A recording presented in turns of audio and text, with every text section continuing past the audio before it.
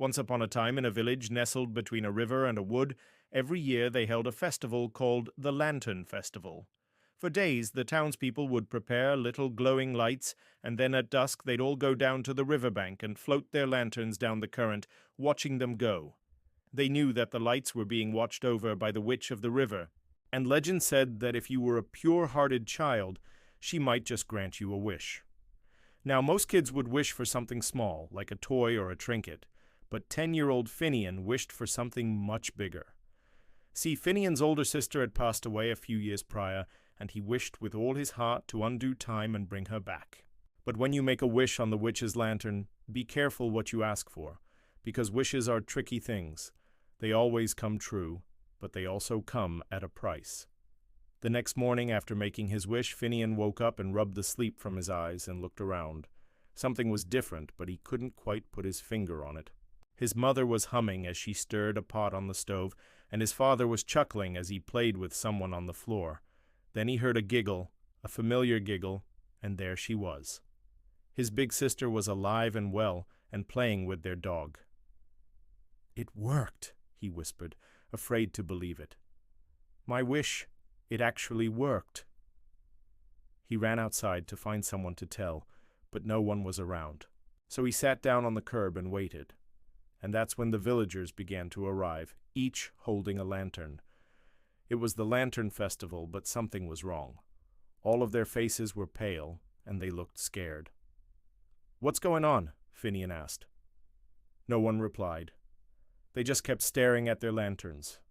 Puzzled, Finian picked one up and looked inside. There was a tiny figure curled up in the bottom, fast asleep. As he watched, it stirred and opened its eyes. It was a little girl, and she didn't look friendly. "Who are you?" Finian asked. "Why are you in my lantern?" The girl scowled and crossed her arms.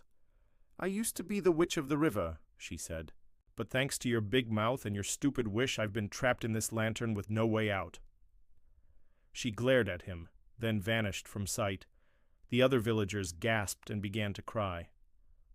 "What have I done?" Finian cried. Now that he looked around, he realized how much his village had changed.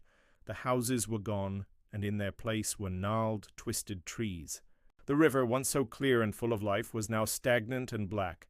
Even the sky seemed angry, swirling with dark clouds and lightning.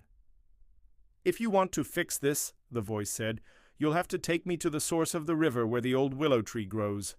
Maybe there I can still be of some use." As the villagers prepared to leave, the girl in the lantern spoke again. "Wait," she said. "If you don't mind my asking, why did you do it? Why did you make that wish?" Finian hesitated. He didn't really know how to explain it. How could he possibly make someone understand the love he had for his sister, the pain of losing her, and the hope that he could one day be reunited with her? The girl in the lantern seemed to sense his sadness and reached out a hand. "Well," she said softly, "wishes are tricky things. They always come true, but they also come at a price." Before he could reply, they had arrived at the old willow tree. With a final burst of magic, the girl broke free of the lantern and stepped out onto the bank. "Thank you," she said, turning to face them. "Now I can finally rest." Then she vanished. Looking around, Finian saw that everything was back to normal. The sky was clear and blue, the river sparkled in the sunlight, and the trees were a vibrant green.